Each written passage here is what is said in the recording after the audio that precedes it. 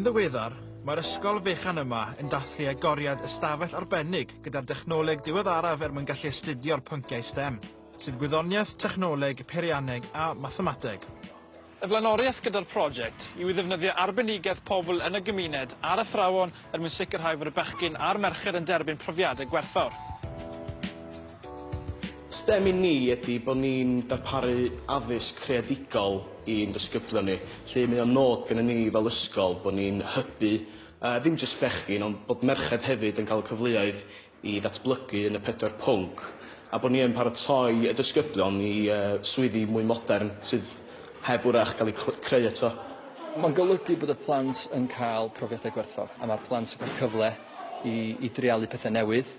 Ac ar hyn o bryd maen nhw'n adeiladu pont sydd yn cwblhau'r llwybr o Wersyll Llanuwchllyn i Llanuwchllyn. Wedyn mae'r plant wedi bod wrthi'n ymchwilio ac yn edrych ar bontydd y byd a ballu, a maen nhw wedi cael eu sbarduno, a mae'r brwdfrydedd yn sicr wedi bod yno. Mae'r cam ola, mae be maen nhw wedi greu rwan yn anhygoel, ond dwi'n teimlo bod hynny oherwydd yr holl brofiadau maen nhw'n dderbyn llynda. Wel, mae'n amlwg gallu weld bod nhw'n fwy hands-on, yn dwylo ar y gwaith, mae pawb yn ymwneud efo'r gwaith. Mae o'n llawer fwy chwildroadol y ffordd o ddysgu.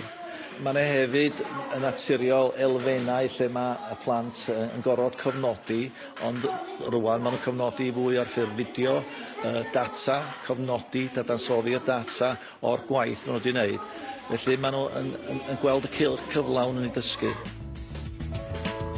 Ac mae'r profiadau hyn yn amrywio o adeiladu Pontydd, codio a cynnig profiadau dysgu amrywiol yn y byd go iawn. A pwy a wyr, efallai yn ffordd o ddarganfod yr Einstein nesaf. Dwi wedi bod yn animeilio stickboards i gerdded a greu campau a gwneud pob math o bethau. Fel ti'n neud yna nhw'na? Neu stop motion, sy'n fel ti'n cymryd llun ar ôl llun a mae'n edrych fel bod o'n symud. Pan ti'n joio neud stwff luniau? Dwi'n hoffi bod ti'n gallu gwneud bethau fel hyn ar oed fel hyn, a swn i wrth y modd yn gwneud rhywbeth fel hyn pryd dwi yn hyn.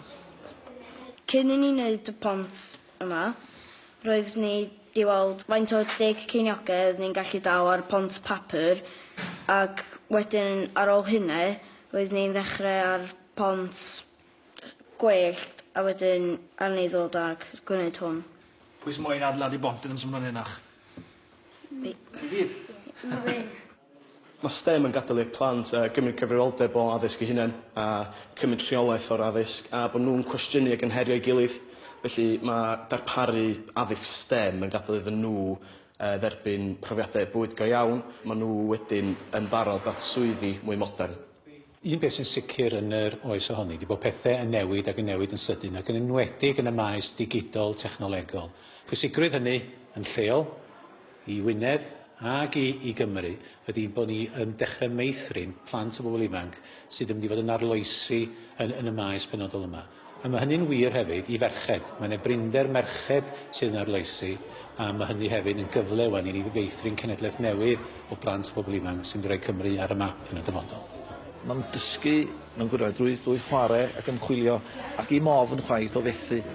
Achos mae'r cylch yma o arbrofi a datgan efo creu pontydd i cryfder ac yn y blaen. Yn y diwedd maen nhw'n sylweddoli bod neu fframwaith gry effeithiol tu ôl i'r holl gynllunio.